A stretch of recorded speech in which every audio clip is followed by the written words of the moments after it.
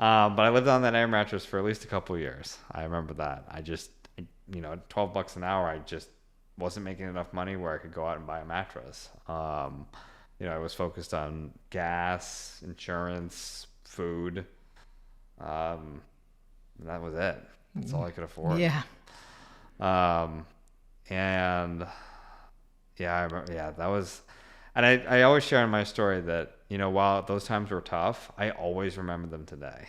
I always will remember like waking up and be like, yep, I got to get on my bicycle and my khakis and go to my advertising job and do what I need to do and then bike back or catch a ride if it was raining. But yeah, those were humbling times for me. I also remember when I was at the treatment center riding the bus. I had never ridden the bus ever. I remember it too. Except for in Rhode Island, I would ride the bus to, go to bars. But I mean, that's probably not the same experience.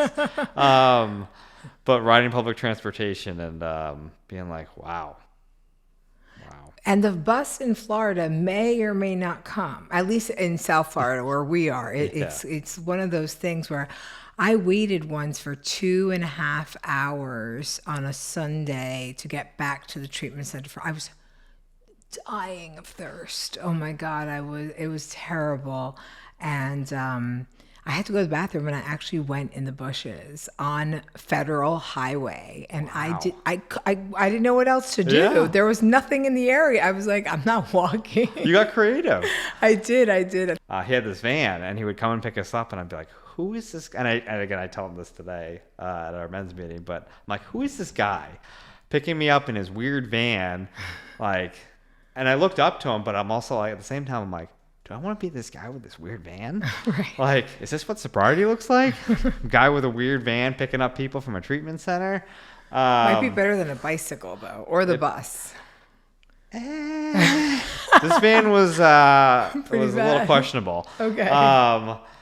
But I actually still go to the same men's meeting on Tuesdays with him today, and it's really awesome seeing where we were back then to where we are today. But back to what your original question was, is sticking with the people that I looked up to, that were doing the right thing. And I should specify men, because again, I was going a little crazy back then, again, trying to find myself, but also chasing after women, which is what's not recommended in the program. Right. And, again, focusing on some things that probably weren't the best things to do, but sticking with the men really helped, and building those relationships, and also picking up the phone and calling when I was struggling and being like, hey, I need some help.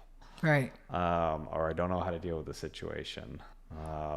And learning how to really reach out when things were bad, not just when things are, I guess, what is the old phrase? Like, people always will talk when things are good, but then not pick up the phone when things are bad. Right.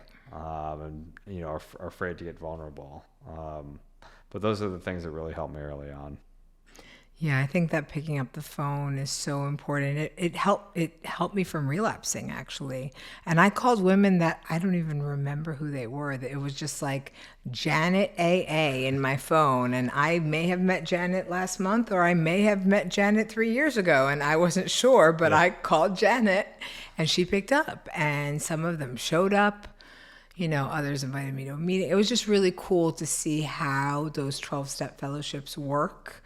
And I also went to AA, and I met so many great women, and that phone, it was so heavy at first. I remember I was like, phone? I didn't even text people. I didn't anything. I just didn't communicate that way. It was either in person or not at all. And usually I was really late, or 3 days later communicating in person that, sorry, I'm late, Yeah. But that phone, it might be heavy at first, but it's really, really important, I think, for people. Absolutely.